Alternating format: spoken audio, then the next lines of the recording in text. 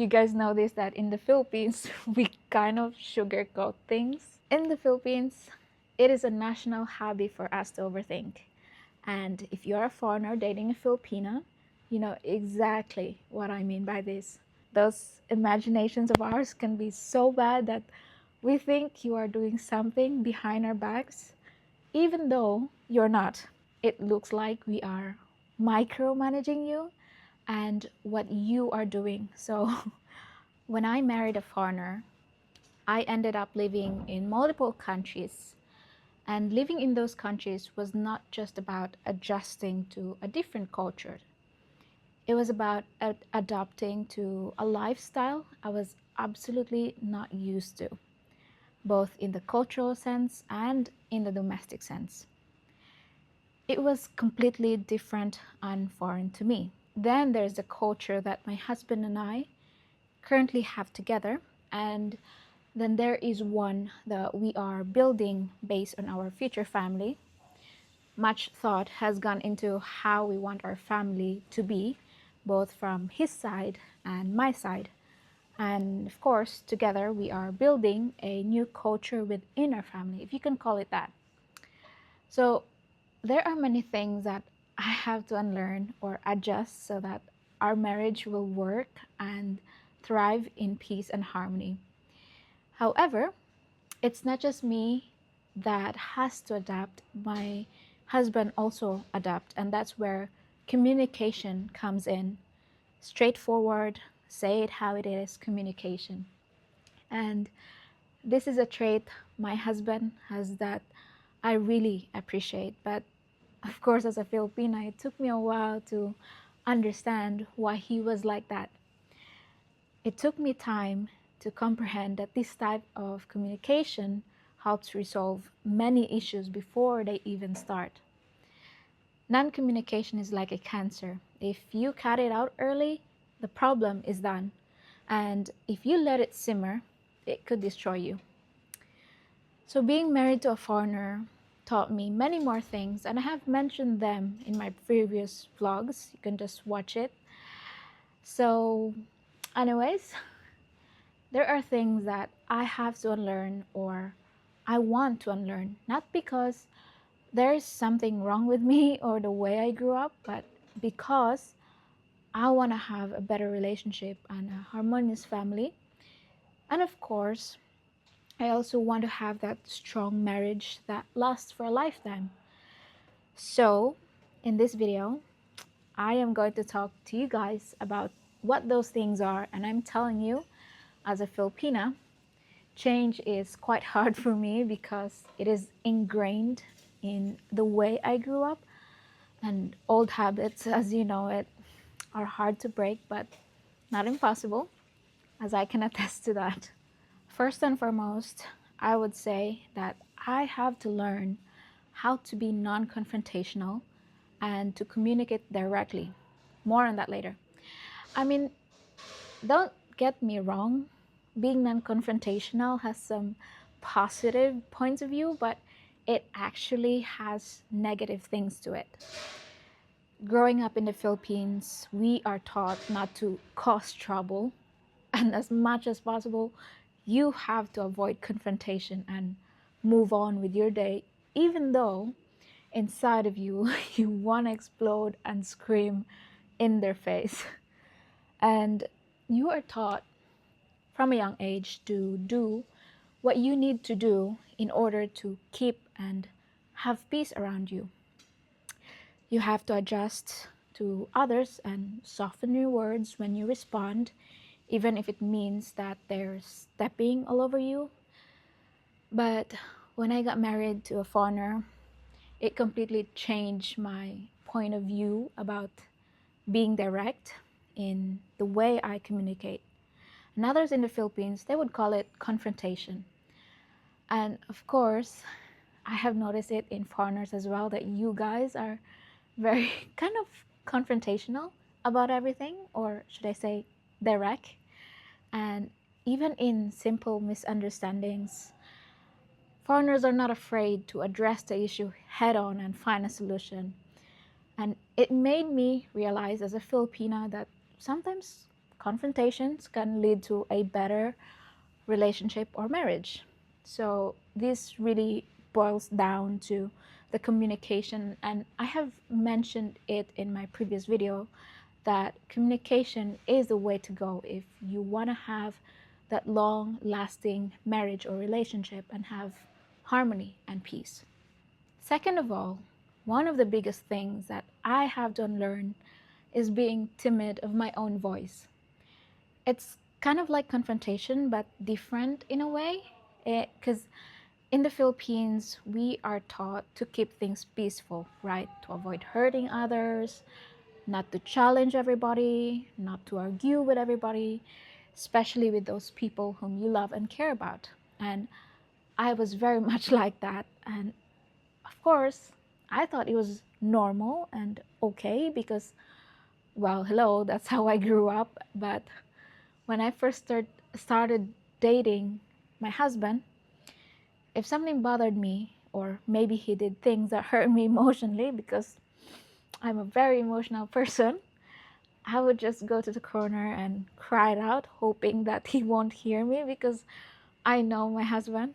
And the moment he hears me cry, or the moment that he see me that I'm crying, he'll just ask me directly to know what was bothering me or what I think he did wrong. And I'm very uncomfortable when it comes to expressing the things that bothers me because I am not used to it.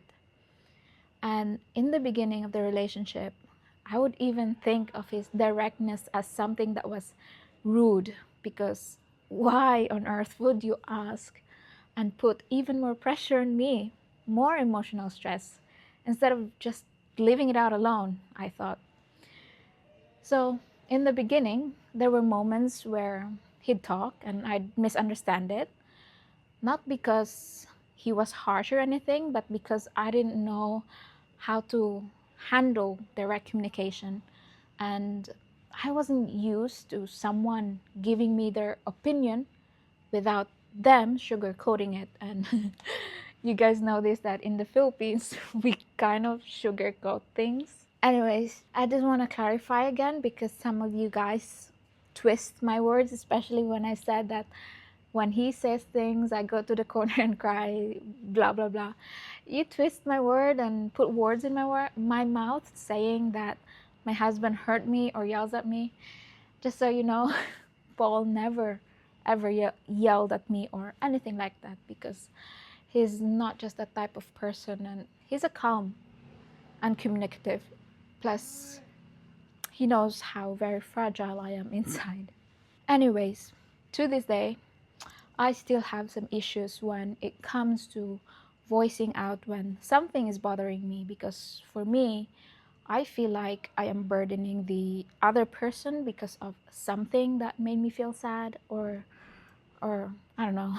But anyways, I'm just so grateful that my husband takes his time to listen to me and ask me in a gentle way. So another thing that I had to unlearn is the habit of expecting my husband to read my mind. And this one is kind of crazy because I used to get upset when Paul didn't know what I wanted without me explicitly telling him what it was. And I used to give my husband vague answers like, it's up to you, it's okay, whatever you think is right, or I don't know. When he asked me my preference, and I was too shy to say what I wanted, and I thought that answering vaguely would give him the idea of what I really wanted. And in the beginning, it was very uncomfortable to respond to my foreigner husband with what I really want because it sounds so demanding, and I am not demanding, and I do not want to look that way either. It's just, it's not in my nature to demand the things I want. I always want to think of and prioritize the other's needs before mine. But that is slowly changing because being together for 6 years now has taught me that communicating directly does not mean that you are being demanding. And I now learn the difference between those two. Lastly, I had to unlearn being an overthinker. In the Philippines, it is a national hobby for us to overthink. And if you're a foreigner dating a Filipina, you know exactly what I mean by this. For example, when you don't respond to us straight away, we can think of a whole lot of scenarios of what you're doing and why you're not responding to our messages. And to tell you honestly, those imaginations of ours can be so bad that we think you are doing something behind our backs, even though you're not. And when we read a simple, small reply from you, we overthink how you say it. Is it with a soft or irritated voice? We overthink a lot of things, especially if we are dating a foreigner. Because we Filipinas, we always think that other Filipinas will swoop you in behind our backs and that you will get seduced by them. It's not that we don't trust you or anything, it's just that our minds tend to wonder when we don't hear from you. I know that it sounds controlling because why on earth should anybody respond to a text immediately, right? Unless, of course, he is holding his phone all the time. And I know it sounds irritating for you guys as well because it looks like we are micromanaging you and what you are doing. So I am sorry to those who feel something like this. It's just how we are. And it takes time to unlearn this bad habit of ours of overthinking. And I am so grateful that my husband for keeping up with my craziness sometimes.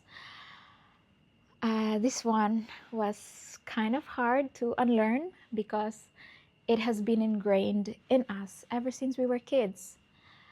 However, now that I am married to a foreigner, of course, I want to make sure that this marriage will last long. And if I had to let go of my old culture just to have that long lasting marriage, I would gladly do so.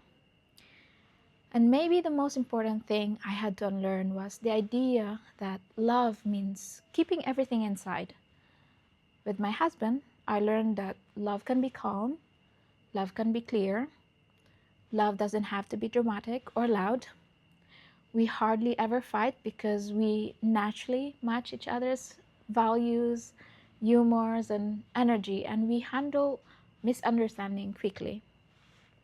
We choose peace not out of fear, but out of maturity, and that's something that I never expected. And unlearning all these habits didn't just happen overnight. It took me time and patience and understanding from my husband as well. So, to those watching this vlog, hopefully that you will learn something new from me. And thank you everyone for watching. I will see you all in the next one. Bye for now.